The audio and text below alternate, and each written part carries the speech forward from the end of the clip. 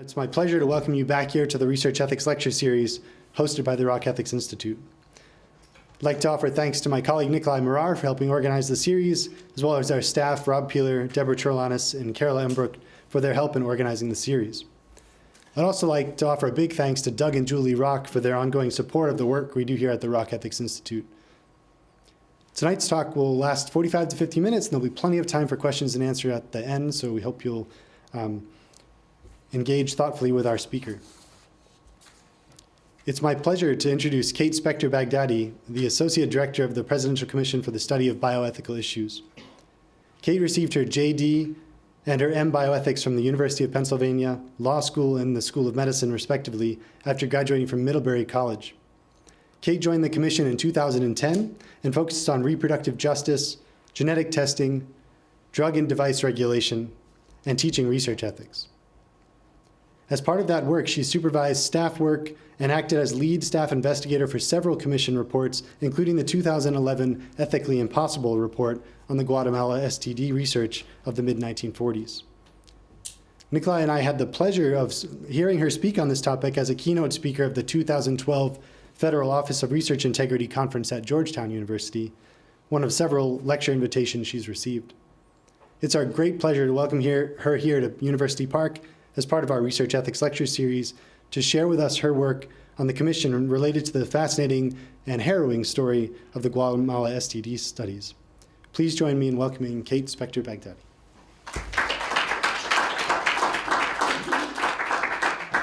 What great and diverse work you guys are doing. It's really nice to see an institute that incorporates not just bioethics, but environmental ethics and all different types of ethics in the same institute. So that's really wonderful. Today, I'm here, though, to talk with you a little bit about the Guatemala STD experiments and the President's Bioethics Commission and their work sort of uncovering an historical and ethical analysis of these experiments. So I want to give you a little bit of background about what the Bioethics Commission is. So many U.S. presidents have had bioethics commissions since I believe Nixon was the first, and have had their own bioethics commissions, unlike in some other countries where there's a standing bioethics commission. The U.S. bioethics commissions have generally been appointed by executive order through the president.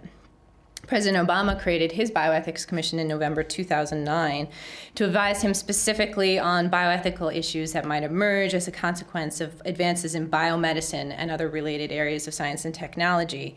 And the Commission really focuses its work on potential impacts of advances in research, healthcare delivery, and different areas of science and technology.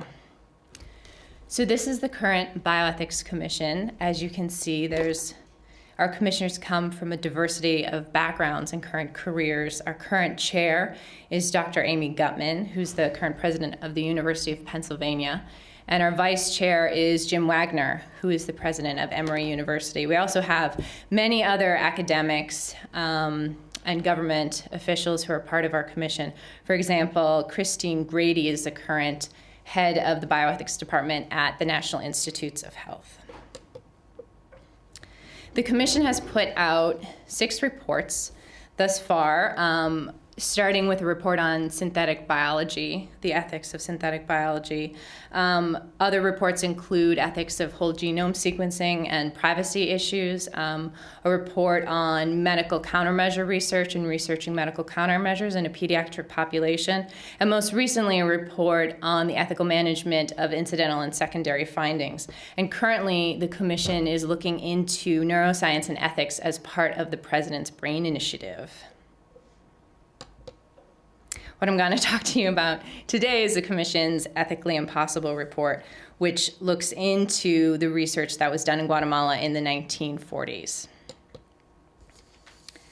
So as just a little bit of background about how the Commission came to look into these studies. So Professor Susan Reverby of Wellesley University actually came across the Cutler documents in June of 2003 when she was doing research for a book she was writing on the Tuskegee syphilis experiments. And Dr. Cutler, who was one of the principal investigators on the ground in Guatemala, was actually also associated with the Tuskegee experiments, yet no one had visited the 22 boxes of documents that he had donated to the University of Pittsburgh back in the 1990s. So Dr. Reverby went back later to do more research after she was done with her Tuskegee book, and then presented her findings on the Guatemala research in May of 2010. And she also contacted the CDC, who did their own investigation into the Guatemala research, came to the conclusion that further investigation was warranted. But it was enough information that it really spurred people to look into and take seriously these experiments. So what I have up here now is a list of the types of documents that were found in these 22 boxes that Cutler, after retiring from the University of Pittsburgh, where he was a professor of public health, he donated them in 1990. And all of the boxes, interestingly, only pertained to the Guatemala experiments. They didn't include any other information. So why Cutler donated these documents is kind of a mystery. We don't actually know. Although, if I were to personally speculate, I think it probably had something to do with the experiments had never been published. And Dr. Cutler was interested in people, I believe, appreciating the value of the experiments, of the Guatemala experiments. And but, of course, we'll never really know for sure why he donated these documents, but we wouldn't have learned about them probably if he hadn't.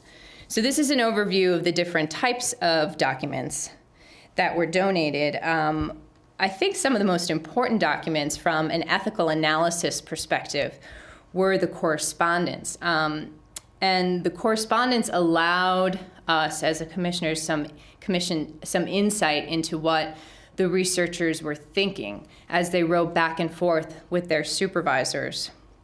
And it also allowed us some insight into the high level of supervision. So Dr. Cutler was a fairly junior researcher who was heavily supervised by government officials back at the Public Health Service. And it shows us the engagement, not just of Dr. Cutler, but his engagement with the U.S. government at the time. Another type of document that we found were experimental notebooks. So this included both clinical and laboratory notebooks spanning dozens and dozens of experiments across 5 different populations and several years, all ordered loosely chronologically and handwritten in English and Spanish here and there in his notebooks. Another type of document were subject note cards. There we found 9,000 individual subject note cards, which had different levels of medical histories written on them, as well as almost 600 photographs of the experiments and also portraits of some of the subjects in the experiments taken by Dr. Cutler's wife, who was down traveling with them, Mrs. Elise Cutler. And we speculate from the fact that the researchers admitted that they had a hard time telling the subjects apart, that actually one of the reasons that they took photographs was to try to identify their own research subjects. And then the final reports, which actually interestingly were written retrospectively by Dr. Cutler in the 1950s, and perhaps because the work was never published, this is why he sort of wrote his own reports and then donated them to the University of Pittsburgh. And it's really interesting to have these reports that were written 10 years or more later, because we find that his final reports seem to have written with a certain idealistic bent that perhaps the data doesn't support. So this is the publication that Susan Reverby came out that sort of spurred everybody to look in further into these experiments and also inspired the governmental apologies. The Secretary of State and Health and Human Services released a joint press release calling the studies reprehensible, and President Barack Obama called the then president of Guatemala, Alvaro Colom, and personally apologized for the clearly unethical studies, and also asked his Bioethics Commission to, quote, oversee a thorough fact-finding investigation into the specifics of the Public Health Service STD inoculation study, which we started in November 2010. So I wanted to give you a quick overview of the research design before I start talking about some of its scientific and ethical flaws, so you get sort of an idea of what at least the goal was. So during World War II, sexually transmitted diseases had been a major problem for the U.S. Armed Services. STD doctors at the time hypothesized that there is 350,000 new gonorrhea infections each year just in the armed services alone, accounting for over 7 million lost man days. So back then, during World War II, they hadn't yet discovered that penicillin cured many infectious diseases and STDs, which cost the U.S. Armed Services about $440 million a year in today's dollars.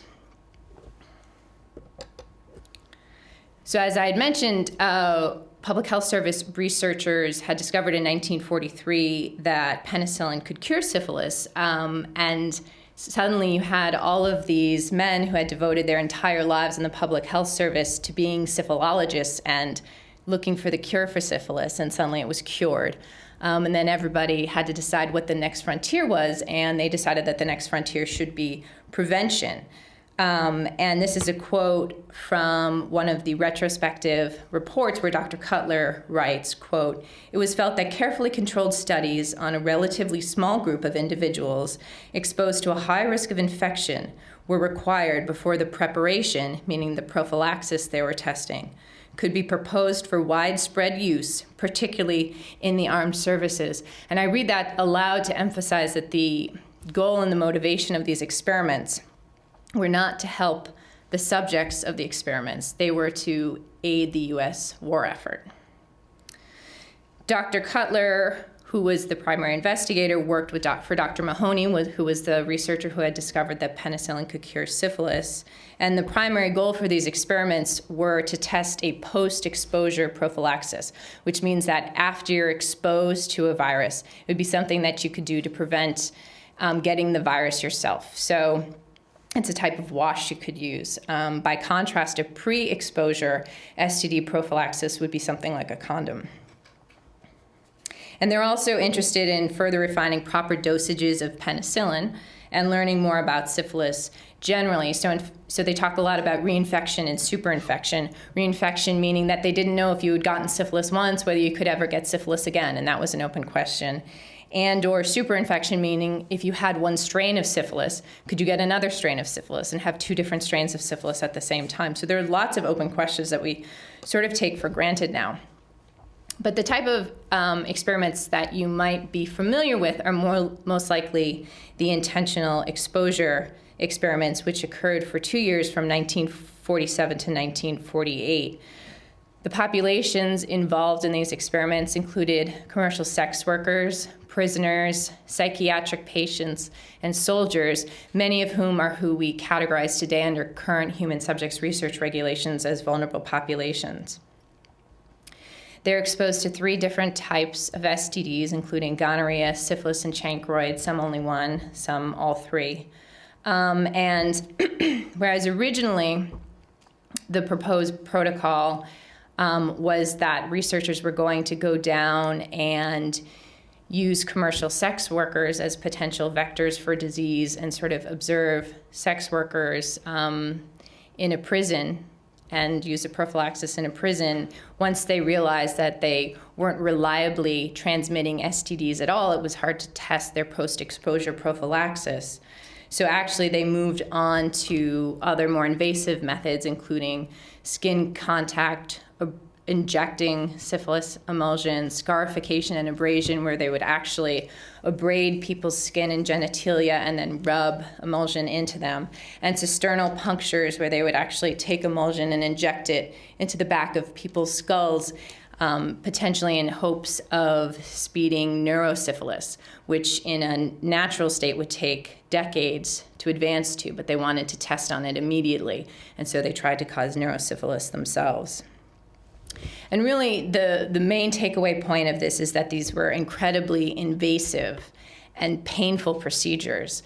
And also, I want to draw the connection that the less autonomy that these subjects were perceived to have. So, for example, the psychiatric patients, the more invasive the methods that the researchers used on them. So there's a lot about the prisoners objecting to different kinds of experiments, and so they mostly just had the sex worker experiments and some injection experiments, whereas the really much more invasive and painful things were reserved for the psychiatric patients. So this was not just American researchers and American funding. This was also supported in Guatemala by many of the directors of the institutes where it was conducted, including the director of the Ministry of Public Health, the National Orphanage, the director of medical services at the penitentiary, the psychiatric hospital, and the Army Medical Department. Also, Dr. Juan Funes, who was the chief of the venereal disease section at the Ministry of Public Health, Dr. Cutler credits Dr. Funes for having the idea of doing the experiments in Guatemala, because Dr. Funes actually went up to the Venereal Disease Research Laboratory for a fellowship. And around the time when they started talking about having to do these pre-exposure, post-exposure prophylactic experiments, and Dr. Cutler credits him with coming up for the idea of saying, well, hey, we have commercial sex workers who work in our prisons legally. Maybe you could come down and do controlled experiments in Guatemala. Another thing that was occurring at the time was after World War II, NIH for the first time set up currently their dual peer review structure, which consists of a specialized study section generally made up of experts in a very specific field, as well as a national advisory council, which would review the work and the recommendations from the syphilis study section, and then was eventually signed off on by the Surgeon General, who was then Thomas Perrin. And Dr. Cassius Van Slyke, who was the new director of this division of research grants, sort of spurred on this new generation of researchers, which he wrote exemplified, and I quote, "the complete acceptance of a basic tenet of the philosophy upon which the scientific method rests, the integrity, independence of the research worker, and his freedom from control, direction, regimentation, and outside interference." So the syphilis study section are the experts who reviewed the experiments, and actually they were the first study section to be created under this new system, under this new dual review system. And at their very first meeting, they reviewed the Guatemala research and recommended it for approval. However, one of the challenges of specialized review is that often the people who are involved in such specialized review know each other, they've worked together in the past, they hope to work together in the future. And as an example, Dr. John Mahoney, who was on the syphilis study section, was listed as the principal investigator of the grant under review. He was the director of the laboratory where all the staff came from. The product under investigation was a continuation of his work. He acted as a supervisor for the researchers in Guatemala. And there's no evidence indicating whether or not he recused himself from review of the grant. But certainly even if he did, everyone would have known that it was his own work, which is a problem in and of itself. Also, Dr. John Heller, who was on the syphilis study section, had just come from working with Dr. Mahoney at the Venereal Disease Research Laboratory. And he was the one who actually asked Dr. Cutler to take those 600 photographs of what they were doing in Guatemala so he could use them for his teaching back in the United States. And at the time he was approving the Guatemala STD experiments, he was also conducting his own experiments in Tuskegee, experiments where you probably have already heard of. So one thing that the commission really focused on were the people involved as subjects in the Guatemala experiments and what happened to them. So this is an overview, a table of the empirical research that we conducted, sort of, because what we felt was very important was sort of counting how many people had actually been involved and counting what had happened to them.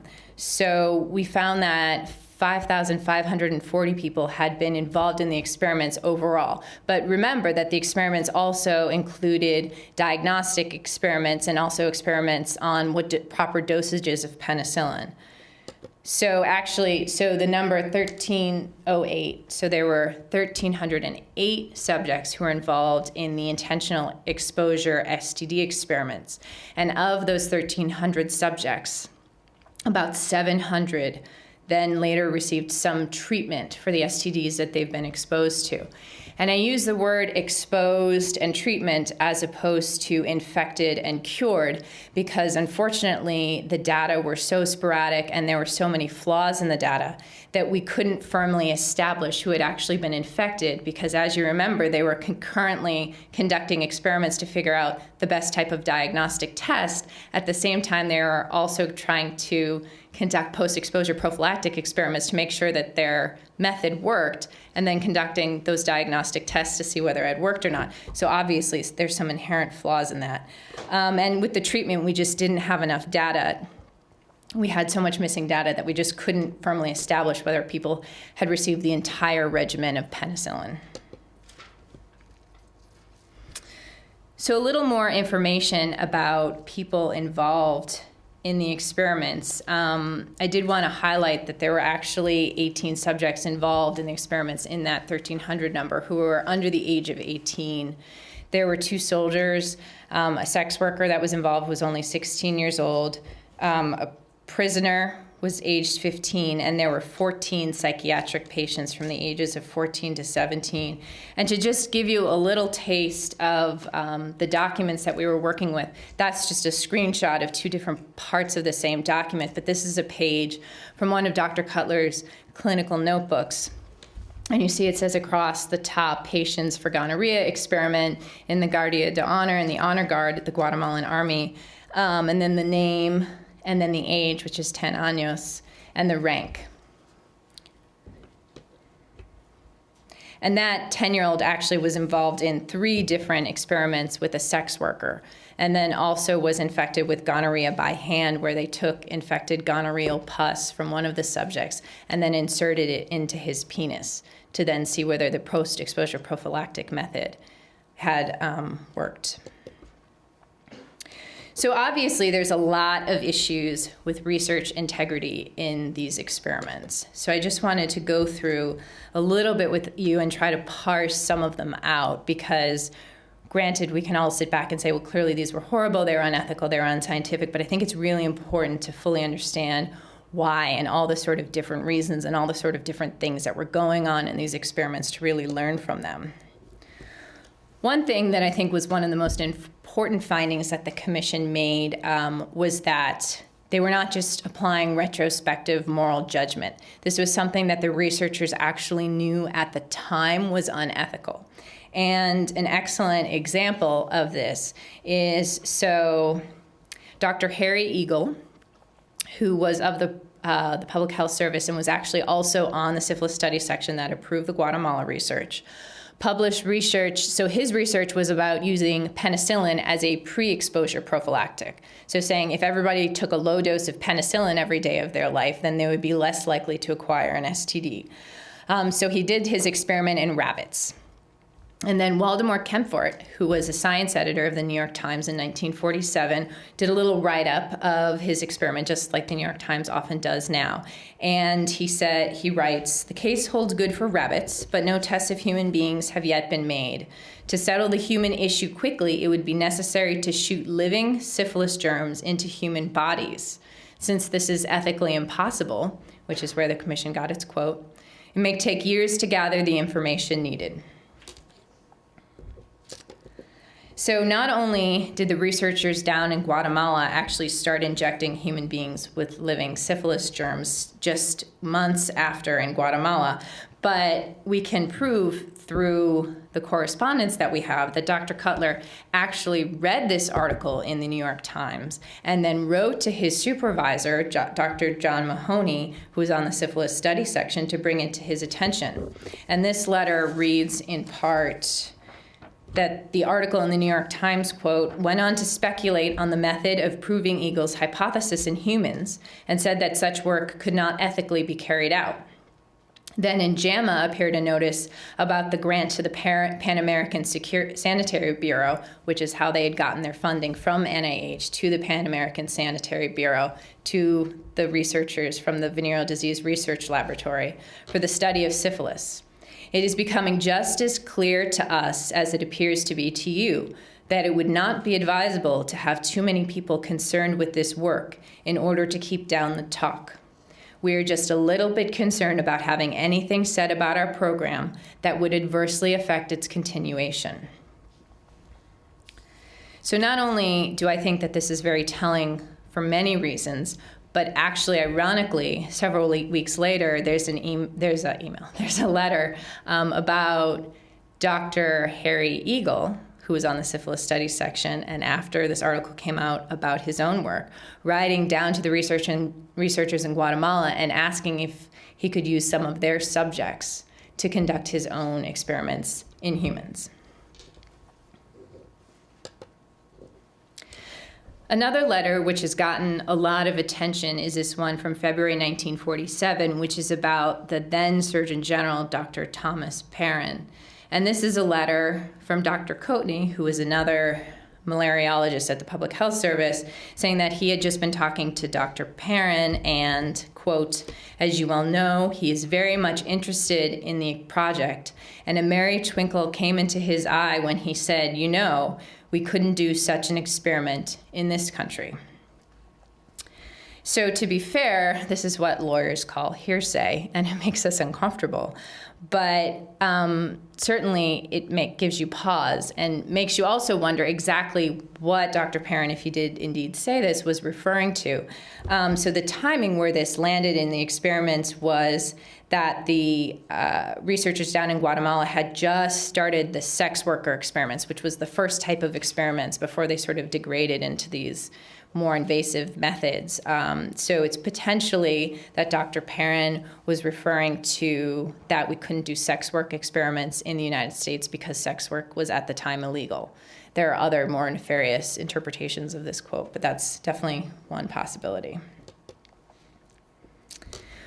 So another thing that I want to look in with you is the obfuscation of data, and those of you who are science or medical students might recognize some of these sins of research. So this here is a page from one of Dr. Cutler's contemporaneous clinical notebooks. And as I mentioned, that the researchers, when they began their experiments, had a really hard time transmitting STDs via the sex workers. So they would sometimes conduct experiments with a control and an active arm, with the active arm trying to test the prophylactic, but the control arm, no one would have gotten any STDs. So you couldn't prove anything with the active arm if there was no baseline of infection in the control arm. So this is the first experiment in the contemporaneous clinical notebooks that they were taking. And as you can see, it was performed on May 10th, 1947. And it involved prisoners and sex workers to determine the normal rate of infection. However, this is a page from Dr. Cutler's final syphilis report, which he wrote in 1955. And if you note, the date of the first experiment that he reported was actually May 13th. And it was because he couldn't establish a base rate on May 10th, and so he just completely eradicated that data point. Another interesting example, and I think it's particularly interesting in its insight into sort of human demeanor, is actually Dr. Cutler left a draft of his chancroid experiment final report in the boxes that he donated to the University of Pittsburgh. And in the draft of this chancroid report, we can see that so what's crossed out there, I know it's kind of a mess, but it's the researchers' full names. So it says Dr. Carlos Tejada, who was one of the Guatemalan researchers that they were working with, and Dr. Sasha Levitin, who was another one of the Public Health Service researchers. And this is talking about how they were intentionally exposing these subjects. And then Dr. Cutler then goes and crosses out their names with pencil and writes the doctors above it. And then he also left his final report in that box. And in the final report, it just says the doctors. And it also doesn't even mention that they were conducted in Guatemala. It says in the country in which the study was conducted. So that's pretty interesting that you would even bother to redact information in that way and then put the redacted draft and the final draft in the same box. But we might never know the motivation behind that. Another thing that I wanted to look into is the falsification of data. So this is another page from one of Dr. Cutler's contemporaneous clinical notebooks. And as you can see, a lot of our information actually comes from comparing the correspondence and what these researchers were saying to each other, with what was actually happening on a daily level with the notebooks, and then how they described it retrospectively. So in this notebook, you can see that here they're testing their prophylaxis on a control and an active arm. In that first yellow square, we can see that the active subjects are receiving the prophylaxis, are actually getting inoculated with gonorrhea with a swab carefully applied to the tip of the penis with great care not to enter deeply into the urethra, a method Cutler called superficial inoculation. However, by contrast, in the control arm, as we can see below in the second yellow square right there, the swab was inserted 1/2 inch into the urethra and carefully applied to the mucous membrane, a method Dr. Cutler called deep inoculation. So even that on its face is recognized as a problem for researchers, that he was infecting his control and his active in two different methods.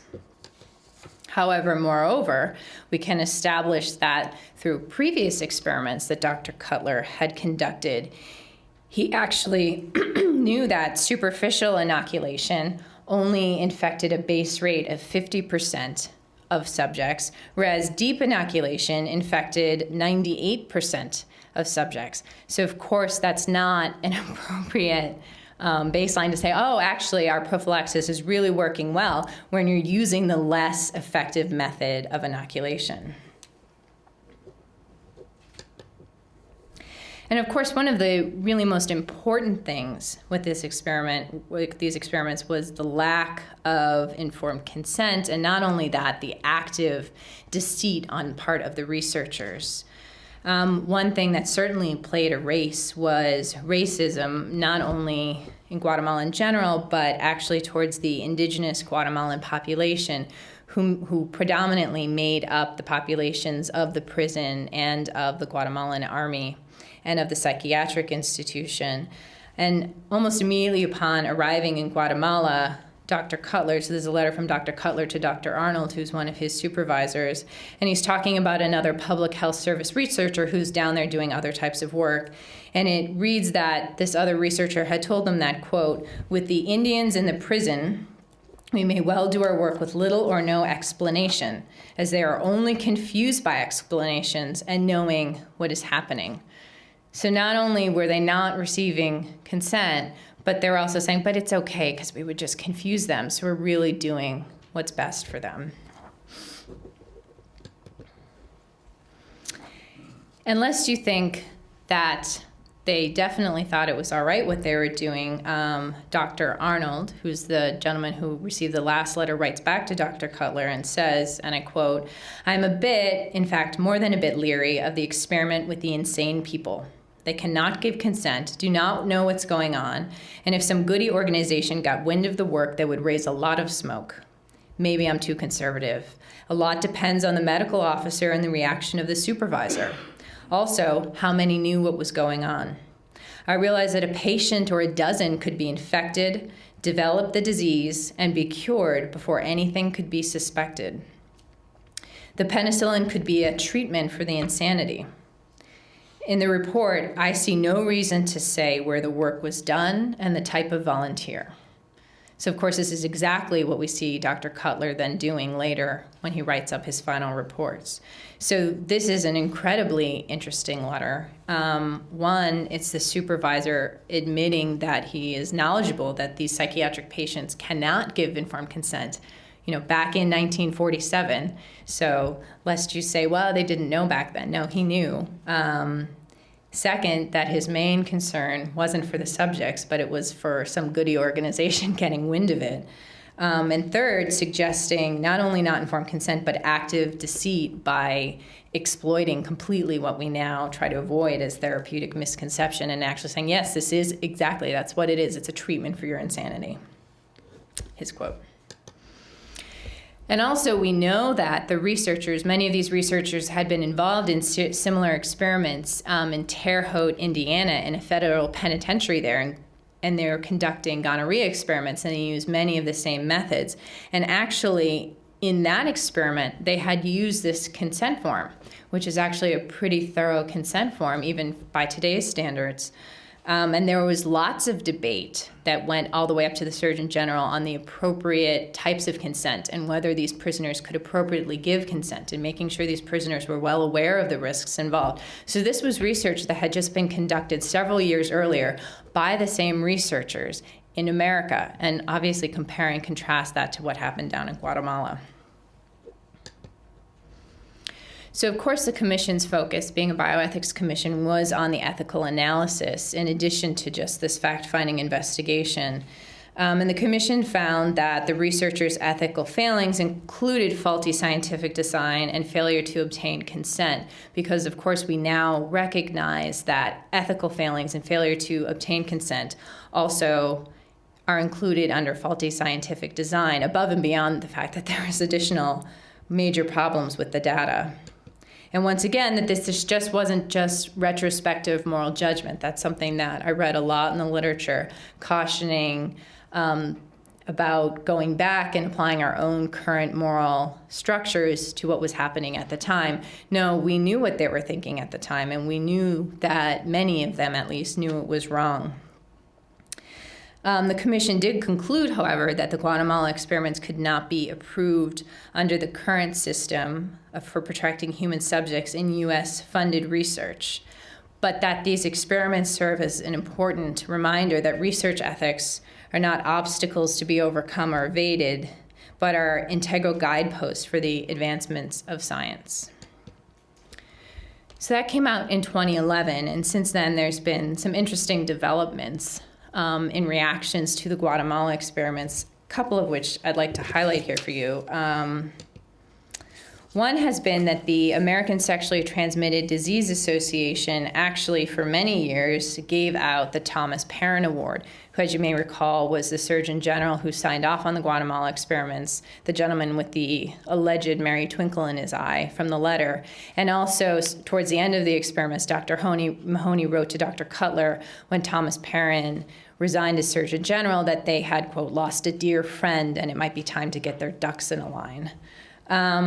But of course, these were all pretty circumstantial, and also all somebody said this. But the American Sexually Transmitted Disease Association looked into renaming their award, and this is a quote from President Bradley Stoner from a press release at the time that reads, quote, "Some have argued that the Perrin Award name must be changed given that Dr. Perrin signed off on the research proposal and was well aware of the nature of the human inoculation studies to be undertaken in Guatemala. Others suggest that changing the name of the Perrin Award might not be the proper response. It might lead us to forget the contributions of this influential figure in public health. The Guatemala studies may have occurred more than 60 years ago, but the chilling lessons are absolutely relevant today. Our discussion could not be more important." So the ASTDA actually decided to rename their Achievement Award. Actually, I think it's kind of interesting to note that in 1974, before the award was named, one of its recipients was Genevieve Stout, who was actually a serologist who worked in the Guatemala experiments and who stayed in Guatemala after the other researchers had left in 1948 until 1953, continuing to follow up on serology data and sending the results back to the Public Health Service. So she was the one who won the Perrin Award in 1947. And then the first winner after the award was renamed was actually Jonathan Zendelman of Hopkins, who acted as a consultant for the commission. So I think that's a really interesting, at least, bookend to at least his career and the name of that award. Also, it's worth noting that peer review of specialized experts still forms the basis of NIH's current dual review grant process. However, of course, as many of you know, infamous researcher scandals such as the Tuskegee syphilis experiments have led to modern scientific research participant regulations to protect subjects from just the kinds of atrocities committed in Guatemala. And there are myriad regulations, but they now include specialized conflict of interest requirements, as well as IRB approval, including lots of information about informed consent and minimization of risk. But the Bioethics Commission didn't want to just stop its work at telling the story and also saying that current regulations would have prevented this experiment. It really also wanted to devote time and effort and energy in making sure that under any circumstance these types of things don't happen again, and also that current researchers understand why there are so many regulations, that these aren't just check boxes to check off. And as part of that, they created several different kinds of pedagogical materials that I just wanted to briefly go through with you because personally, obviously, I'm very interested in this kind of stuff, but I think that they can be really interesting resources for students looking to write papers. One of the things that the Commission released soon after its report is, so now if you go to the Commission's report, which is available at bioethics.gov, and you go to the footnotes, so this is a page where we quote something, and then if you go to the footnote and you click on the Bates stamp in the footnote of the electronic version of the report, it will actually bring you to the original document. So you can read the letter or the report yourself. So one thing, hopefully there's more information that students can learn about and write about in the future, more ethical analysis that can be done. And also, just so you don't have to take our word for it, it's sort of as much transparency as we can give is saying, this is our statement and this is the documents that we use to back it up.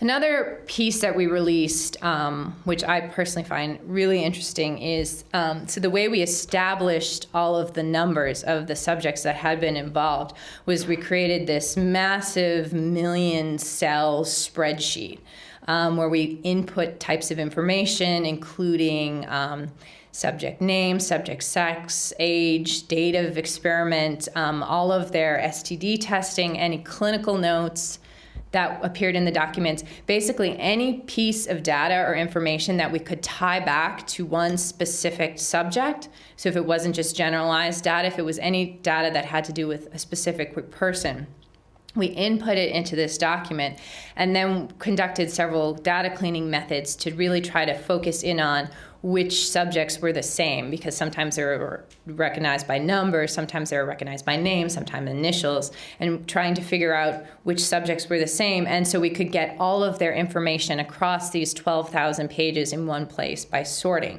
And the Commission redacted these documents, redacted this data, and made it available. But one of the things that I think is particularly helpful is, whereas the Cutler documents are currently available through the National Archives and from the Commission's website, they're redacted with the sort of classic black box government redaction, which of course really prohibits sort of interrelational data analysis, because you can't tell who the same person is. You can't tell that this black box is the same as that black box.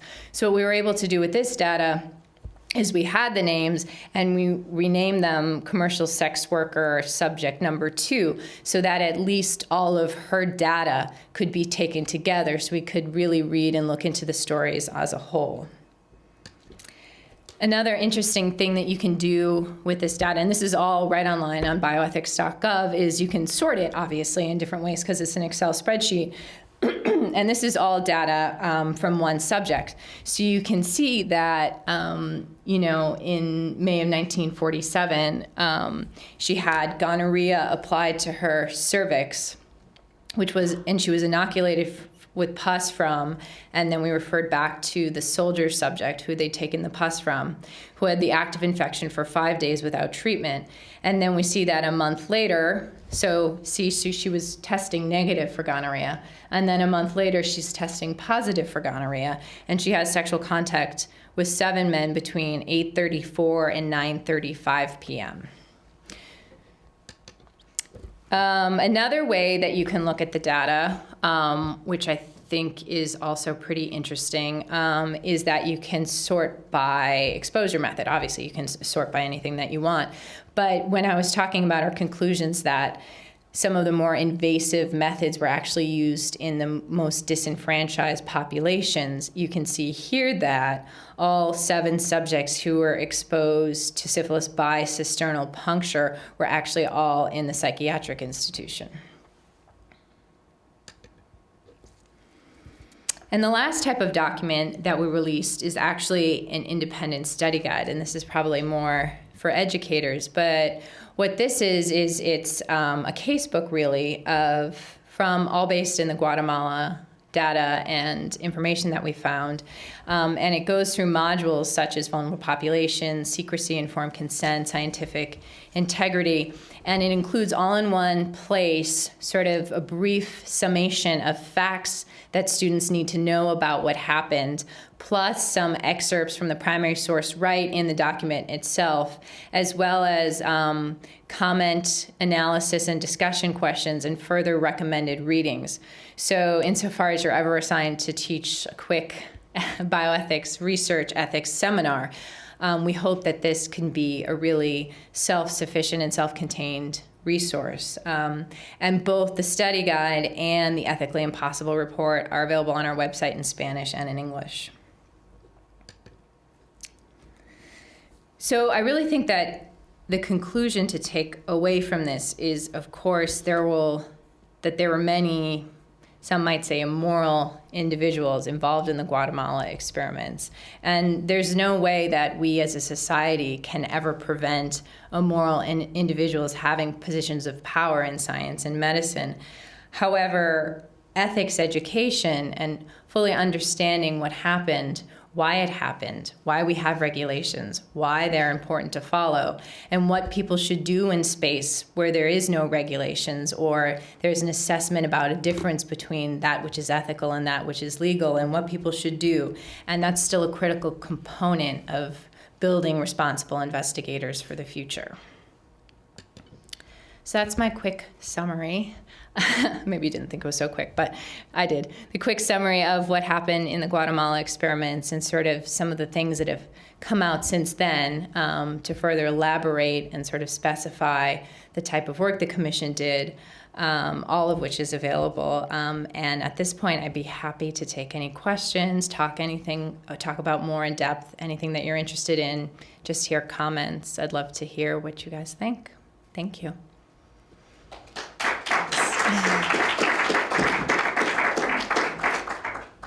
So one of the things that I'm interested in and I'm learning is, spatial analytic methods. And I was actually wondering if in any of this data, the researchers identified the location of where these individuals lived, and if there's been any attempt to look at the abuses maybe by geographic location and other spatial processes. Sure. So one of the reasons that the investigators say that they targeted these specific populations was actually because they were geographically constrained in institutions. So they were all in Guatemala. The people in the STD research were all in Guatemala City, Guatemala, either in the penitentiary, in the psychiatric institution, sex workers working in the community, or at the Army barracks. So they came from areas of Guatemala which populated by indigenous populations, but they themselves during the time of the experiments were just constrained in those locale. Everyone seemingly had concerns about the experiment at the time it was taking place, but then the researchers didn't even really create a rigorously controlled scientific experiment. Why didn't they even feel the need, why didn't they try to justify it by using the scientific process just perfectly? I think that's a really good question because I think that it still is one that's pertinent today. And I personally believe that the reason was because they just saw the scientific method as a constraint and a corner that could be cut. And they felt that their research was so important and that they had to go forward so fast because they only had the grant for a year and it was only extended for one additional year, that they really didn't have time to bother with the whole scientific method. And then there are other examples of some experiments getting started, on the basis of data that hadn't yet been produced in previous experiments. So there was this sort of mad rush mentality that the researchers really took on. And once again, this is speculation, but I speculate that it's because of the limitations of the funding structure, because they only had several years to do their research, which of course is also really interesting because it's a constraint that we currently still operate under. So I was wondering if you could talk a little bit about the some salient similarities and differences between the Guatemala experiments and the Tuskegee experiments. Particularly maybe in regard to, do you see like a similar logic behind the experiments? Obviously, it seems there's similar ethical problematics in the experiments, but do you also see similar failures in the scientific rigor of the experiments as well in Tuskegee as in Guatemala and things of that nature? I wonder if you could comment on that a little bit. Yeah, I think there's some really important similarities and differences between Tuskegee and Guatemala. Some really interesting similarities are that it was many of the same researchers involved. Of course, they both involved syphilis. They both involved, to some extent, disenfranchised, vulnerable populations. But there are also some really important differences. The main one being that, of course, in Tuskegee, no one was intentionally exposed. They selected subjects on the basis of already having syphilis. And for those of you who don't know, although I'm sure most of you do, tried to observe the natural progression of syphilis without any medical intervention. And when the Tuskegee syphilis experiments were started, which was actually before the Guatemala experiments had started, the treatment at the time for syphilis was very toxic and actually could sometimes result in death and wasn't particularly effective. So that's one of the justifications that some people have argued for, at least at the beginning of the Tuskegee syphilis experiments, and saying, listen, gee, it wasn't that much worse than the treatment. But of course, that argument completely falls apart after 1943, when they realized that subjects could be given penicillin and recover fully from syphilis. And so I think that really ethically was a huge turning point from the Tuskegee syphilis experiments. I've also heard, in particular, Dr. Reverby will say, this isn't a contest of which was the most horrible. And I don't think certainly that it is. But there are some definite, very important differences. Although another similarity includes sort of active deceit, because one of the things that I know that they did in Tuskegee was they would tell the gentlemen involved that they were receiving treatment for their bad blood. As people who've read Jim Jones's book know. And then also not only were they not given penicillin for their syphilis, but they were sometimes actively prevented from receiving penicillin for other things. Like if they broke a bone and it broke the skin, their clinician would otherwise want to present them with penicillin to prevent infection. And actually some of the public health service researchers would try to get in between this clinician-patient relationship and be like, oh no, he's part of an experiment, you can't give him penicillin. But to your question about some of the flaws in the scientific method, obviously it was extremely hard to control all of these individuals over decades from ever receiving any type of penicillin for anything. And we know it's been established that many of them actually did receive penicillin. So even though it was just supposed to be an experiment that was an observational study of the natural progression, we know that wasn't even accurate. And actually, sorry, one last interesting anecdote about the relationship between Tuskegee and Guatemala is Dr. Cutler obviously was involved in both. And in the 1990s, after the apology and the reparations for the men involved in Tuskegee, there was a Nova special that you guys can all Google either currently or later that Dr. Cutler spoke in, and he was interviewed, and it was about how awful the Tuskegee syphilis experiments had been. And Dr. Cutler says, the worst thing about the Tuskegee syphilis experiments is that they were ended. And they were, some of the most wonderful research I've been involved in, which I think is really telling, because that's right about the time, just right after is when he donated all of the Guatemala boxes to Pitt. So I think that tells us a lot about his state of mind and his psyche, and which is what leads me to believe that he donated these documents because he really thought that this was wonderful, valuable research that the world was missing out on. Did anything useful, like, even come out of this at all? Like, did we actually take anything away from this? Like, did we try to? I don't know. I'm just wondering about that. No, I think that that's a really important question and one that I always get asked. And one of the answers is no, it was never published at the time. We're not entirely sure why it wasn't published. But Dr. Mahoney wrote to Dr. Cutler in 1948 that he shouldn't request to extend his grant because then he'd have to file an annual report. And he didn't feel like that was something that they should do at the time. So I speculate that the reason it wasn't ever published was because they realized the extent of the unethical methods that they used and didn't want that to become public knowledge.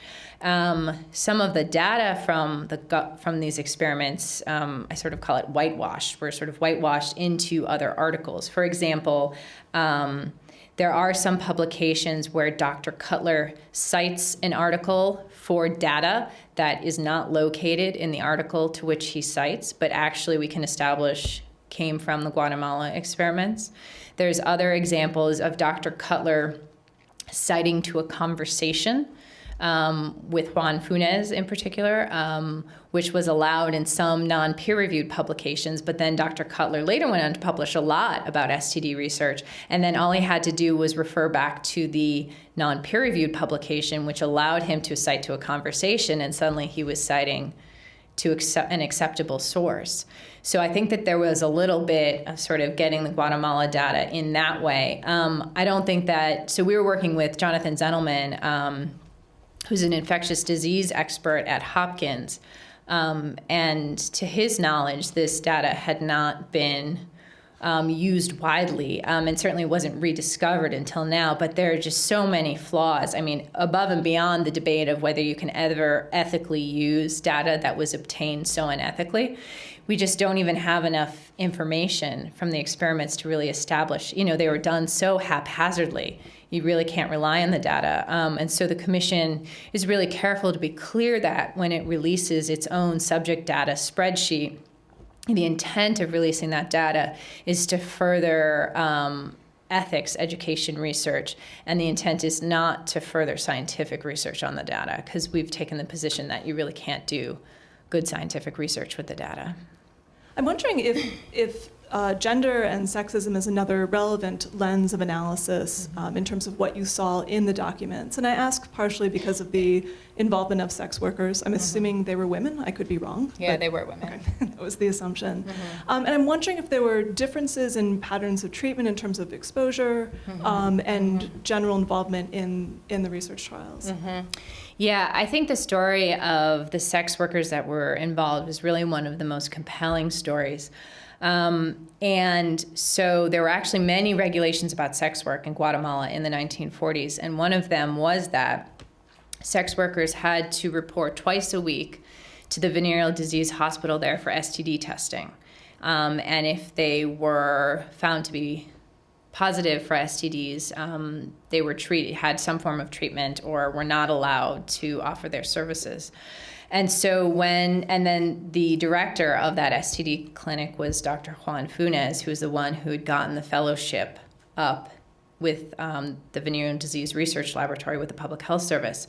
So what would then happen is when these women reported for their legally mandated STD testing services and they were found to be positive for these STDs, then Dr. Funes referred them over to Dr. Cutler to use with his subjects in the penitentiary.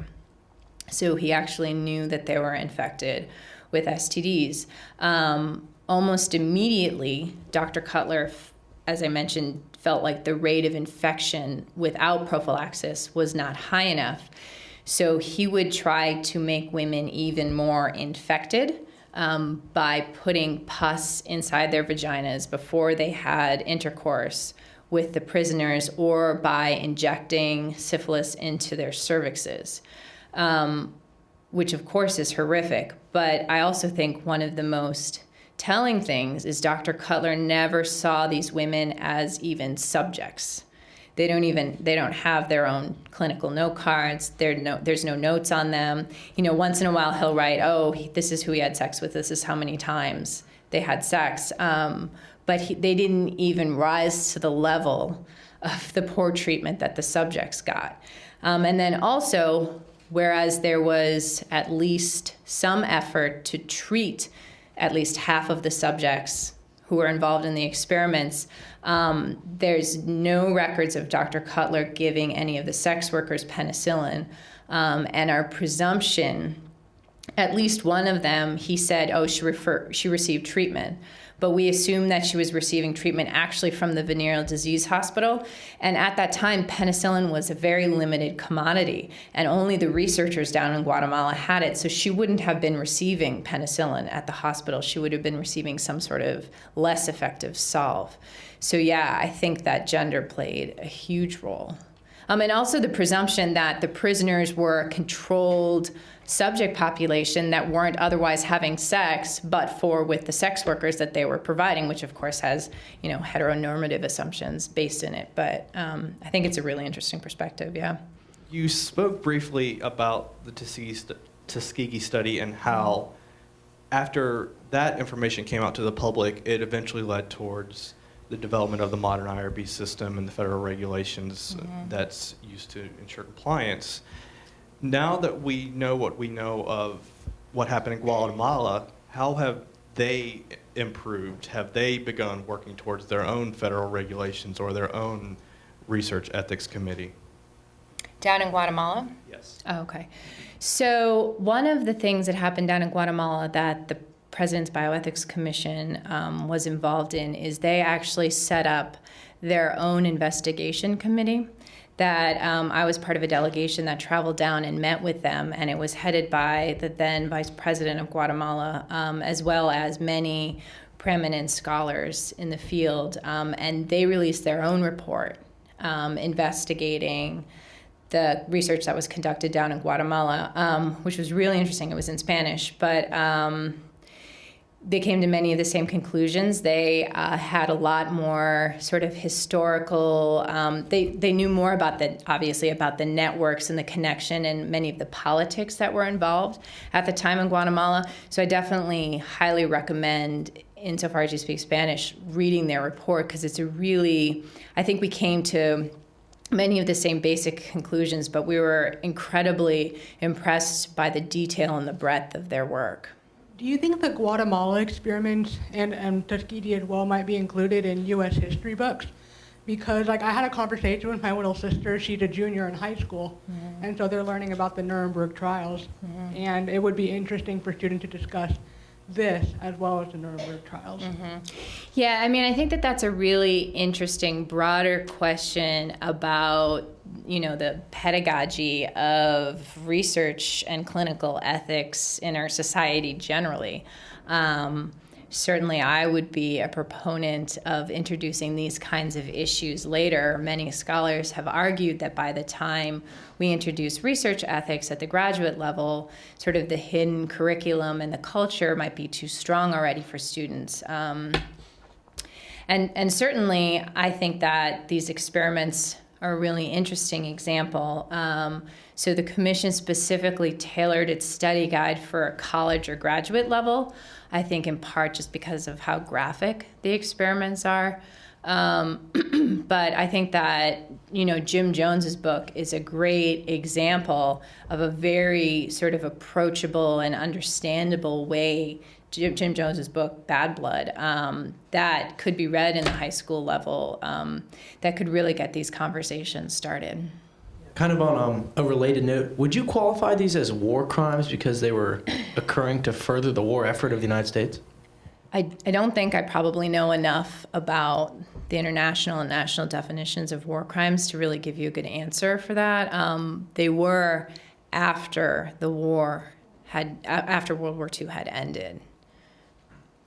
Sorry that I don't have more information on that, but certainly, if that's the type of thing that you're interested in, there's lots of literature surrounding the doctor's trial at Nuremberg, and the ethical code that was presented there, and there's some really interesting scholarship into that type of thing, and that was obviously conducted during World War II.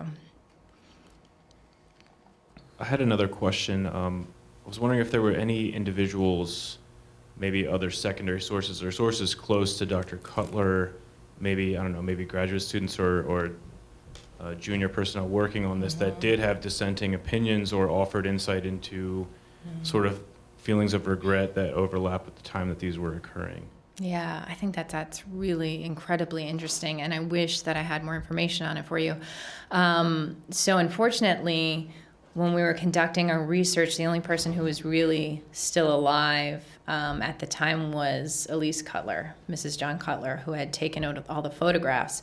And the commission did reach out to her, and her attorney wrote us back to say that she wasn't interested in speaking with us. So I think your question comes from whether there were more junior people who might have sort of seen things differently. And I do think it's important to emphasize that Dr. Cutler himself was very junior. This was his first big assignment. He was brand new to the public health service. I think he was about 31. So he was pretty brand new, and his supervisors back in the U.S. were, much older, much more well established.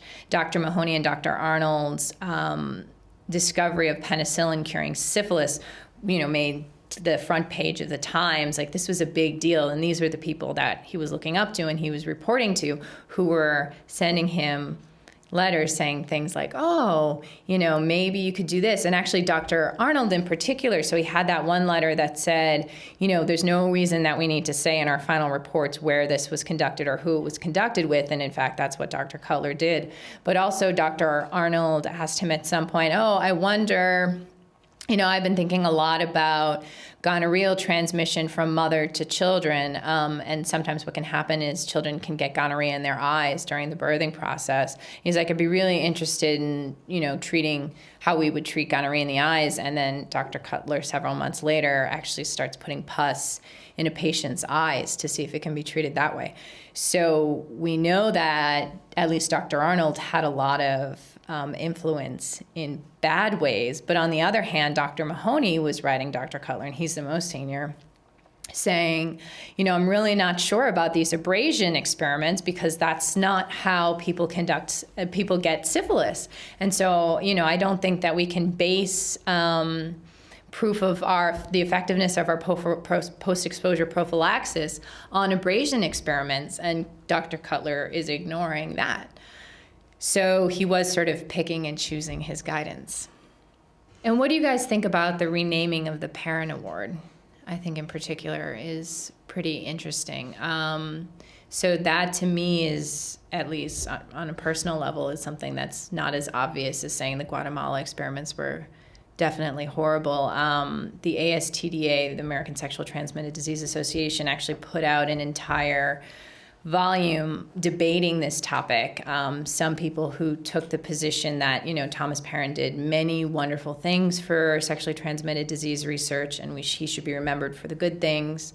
People who took the position, well, I won the Thomas Perrin Award and I don't want to be associated with this type of thing. And also, Paul Lombardo, who's a professor down at GSU, who's one of our senior advisors, wrote his own piece reflecting his own views, saying that, well, I think that it's really important that we understand the flaws in our heroes. But the STDA decided eventually to take the name off and just call it their Achievement Award.